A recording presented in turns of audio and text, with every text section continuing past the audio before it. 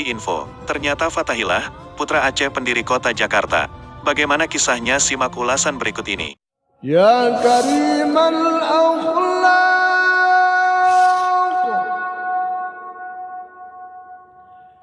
ya Rasulullah,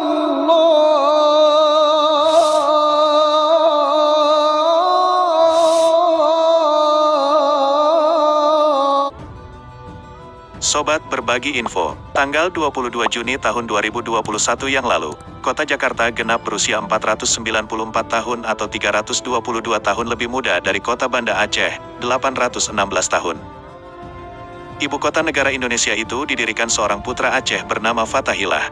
Ternyata, kontribusi Aceh untuk RI bukan hanya menyumbangkan 2 pesawat terbang sebagai modal awal Indonesia ketika baru merdeka, atau bahasa Pasi yang dijadikan lingua franca, tapi juga mendirikan ibu kota negara ini. Nama Indonesia masih ada pada dunia internasional juga disuarakan lewat suara radio Rimba Raya. Hancur sama sekali. Tapi berkumandang ini radio RI Rimba Raya ini dibilang Indonesia tetap merdeka. Sekali merdeka, tetap merdeka dia bilang. Perjuangan dari Indonesia itu banyak yang disampaikan melalui radio Rimba Raya ini. Nah itu kalau menurut sumber yang terpercaya itu ulama Aceh yang pertama itu membangkitkan. Nah itu melalui radio Rimba Raya. Saat itu Indonesia sudah dikop kembali oleh Belanda dalam agresi kedua. Belum lagi putra Aceh, Markam menyumbang 27 kg emas di atas puncak Monas yang kini jadi kebanggaan kota Jakarta. Atau juga Aceh telah menyumbangkan hasil gas alamnya selama puluhan tahun untuk pusat. Sobat Berbagi Info, dalam banyak referensi, kota Jakarta didirikan pertama sekali oleh Ahmad Fathahillah, putra Aceh asal kerajaan Pasai, Aceh Utara, yang hijrah ke Tanah Jawa pada awal abad ke-15 Masehi. Kedatangannya ke Jawa ketika itu disambut oleh Sultan Demak, Pangeran Trenggono. Atas dukungan Sultan Demak, Ahmad Fathahillah berhasil merebut Sunda Kelapa dan Banten dari kerajaan Pajajaran yang bersekongkol dengan Portugis. Penyerangan Fathahillah ke Pajajaran memperoleh 2 kemenangan sekaligus. Selain berhasil merebut Sunda Kelapa dari kerajaan Pajajaran, juga berhasil mengusir Portugis dari Sunda Kelapa daerah taklukannya. Atas kemenangan inilah pada tahun 1527 Masehi, Fathahillah diangkat menjadi Bupati Sunda Kelapa oleh Sultan Demak. Dalam tahun itu pula tanggal 22 Juni tahun 1527 Fathahillah mengubah nama Bandar Sunda Kelapa menjadi nama Jayakarta, yang kemudian disingkat menjadi Jakarta, mengandung makna kota kemenangan.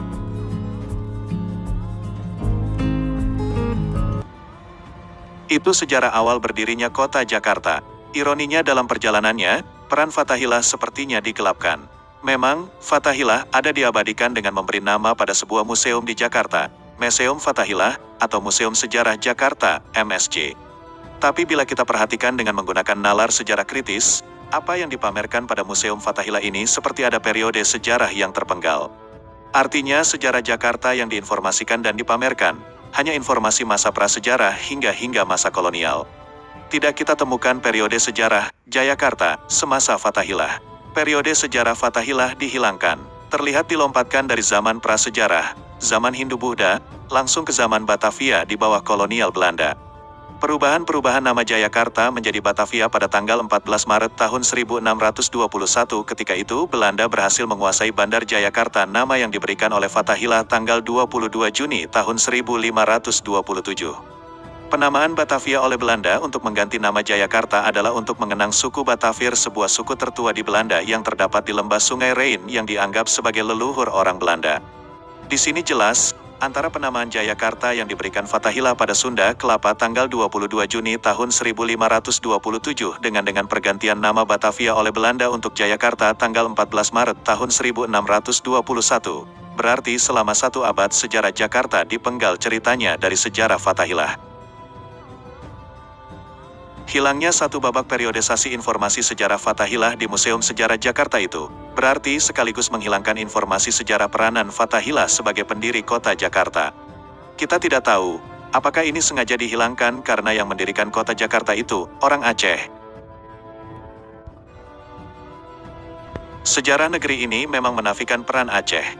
Hampir tidak ada peninggalan artefak dan manuskrip lain yang dipamerkan di Museum Fathahillah, Museum Sejarah Jakarta. Maka naif jika sekarang Jakarta dengan segala kegemerlapannya mengabaikan pendirinya. Tampaknya para penulis sejarah Jawa seperti enggan memunculkan tokoh yang satu ini. Fathahillah, ulama juga panglima perang dari Pasai Aceh, tidak begitu menonjol sejarah nasional. Seperti halnya Maulana Malik Ibrahim dan Malik Ishak, dua ulama Aceh, yang paling awal menyebarkan Islam di tanah Jawa juga tidak terangkat ke permukaan. Makam Maulana Malik Ibrahim sampai sekarang masih terdapat di Gesik, Jawa Timur, yang batu nisannya diduga persis dan seusia dengan nisan-nisan yang terdapat di Samudra Pasai Aceh. Fathahillah begitu ditakuti lawan, sehingga memiliki banyak nama kebesaran. Portugis menyebut nama Fathahillah ini dengan Falatehan. Sultan Demak menggelarnya orang agung dari Pasai. Dalam versi yang lain orang Portugis juga menamai Fathahillah dengan Fathahillahan.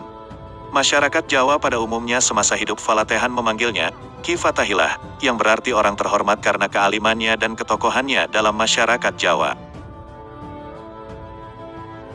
Dalam banyak versi juga disebutkan sebenarnya yang dimaksud Sunan Gunung Jati dalam 9 Wali Songo di Jawa salah satunya adalah Fathahillah. Dan nama Sunan Gunung Jati sendiri identik dengan Syarif Hidayatullah yang diabadikan pada nama Universitas Islam Negeri, UIN, Jakarta sekarang ini. Berarti menurut versi ini secara keulamaan Fathahillah menyandang dua nama lain yang ditabalkan kepadanya, yaitu Sunan Gunung Jati dan Syarif Hidayatullah.